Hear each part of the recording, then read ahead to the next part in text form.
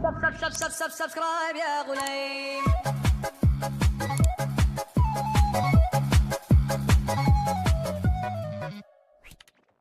Was identified as mentally retarded, put back from the 5th grade into the 4th grade, and stayed in that category until I got out of high school. I don't have any college training, but I met a high school teacher who one day changed my life. I was waiting on another student, and when he came in, he said to me, "Young man, go to the board and write what I'm about to tell you." And I said, I can't do that, sir. He said, "Why not?" I said, "I'm not one of your students." He said, "It doesn't matter. Follow my directions now." I said, "I can't do that, sir." He said, "Why not?" I said, "Because I'm educable mentally retarded."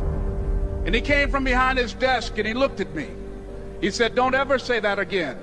Someone's opinion of you does not have to become your reality." And as he talked, my heart began to beat fast. Tears began to run down my eyes, and I was in the back just listening to him, because the speech he was giving, that speech was for me. And he said, "Les Brown," he said, "if you want to do anything worthwhile in life, you've got to be hungry." I told Mr. Washington I wanted to become a disc jockey. And so I started working to develop myself. He said, "I want you to practice every day being a disc jockey." I said, "But I don't have any job now." He said, "It doesn't matter." He said that it's better to be prepared for an opportunity and not have one than to have an opportunity and not be prepared. And as I was working to develop myself, I applied for a job as a disc jockey, WMBM on Miami Beach. I went to a guy named Milton Butterball. I said, "How you doing, Mr. Butterball? I'd like to get a job as a disc jockey." He looked at me, he said, "You have any broadcast background?" I said, "No, sir, I don't." "You have any journalism background?" I said, "No, sir, I don't." He said, "We don't have any jobs available." I said, "Yes, sir." I went back to Mr. Washington and I told him. He said, "Don't take it personally." He said, "Most people are so negative, they will have to say no 7 times before they say yes." He said, "Go back again." So I went back again. I said, "How you doing, Mr. Butterball? My name is Les Brown." He said, "I know what your name is. What do you want?" I said, "I'd like to know whether or not you have any jobs as a disc jockey, sir." He said, "Didn't I just tell you yesterday we didn't have any jobs?" I said, "Yes, sir, but I know whether or not somebody got laid off or somebody was fired, sir." He said, "No one was laid off or fired. Now get on out of here." I came back the next day like I was seeing him for the first time. I said, "Hello, Mr. Butterball, how are you?" He looked at me with rage. He said, "Go get me some coffee." I said, "Yes, sir." And I went to get him some coffee. After a while, I would get their lunch and dinner, and I would go in the control rooms and take the disc jockeys their food, and I would not leave until they would ask me to leave. One Saturday afternoon, while I was at the radio station, a guy named Rock was drinking while he was on the air. I was the only one there, looking at him through the control room windows, walking back and forth, young, ready, and hungry. Pretty soon the phone rang, and it was the general manager. And I answered the phone. I said, "Hello?" He said, "Les, this is Mr. Klein." I said, "I know." He said, "Rock can't finish his program." I said, "I know." He said, "Would you call one of the other DJs in?" I said, "Yes, sir." I hung the phone up. I said, "Now he must think I'm crazy." I called my mom and my girlfriend, Cassandra. I said, "Y'all turn up the radio and come out on the front porch. I'm about to come on the air."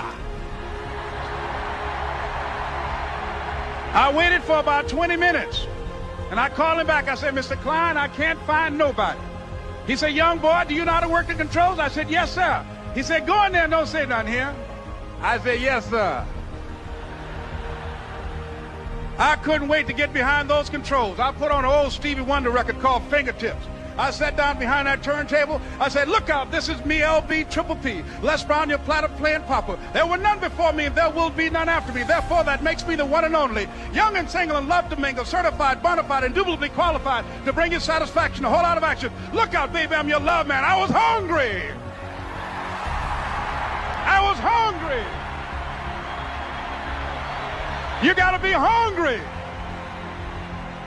Begin to know that you have greatness within you.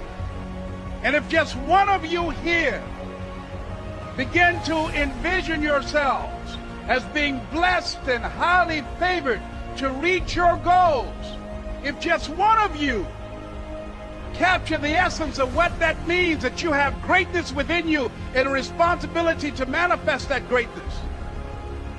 That you can make your parents proud, you can make your school proud, you can touch millions of people's lives, and the world will never be the same again because you came this way.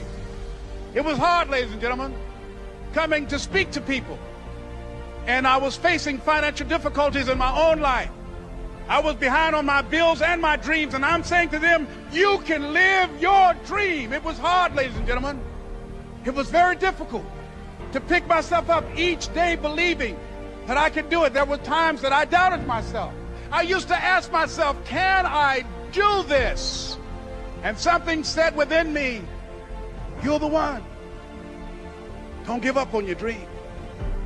By continuing to push forward, by continuing to run toward my dream, that one day I would have my own talk show. It's a long shot, ladies and gentlemen, from Liberty City, an abandoned building on a floor, never knowing my mother or father. It's a long shot. Being here with you today in this dome in Atlanta, it's a long shot.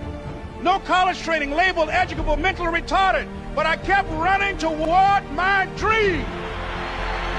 Don't stop. Don't stop running toward your dream.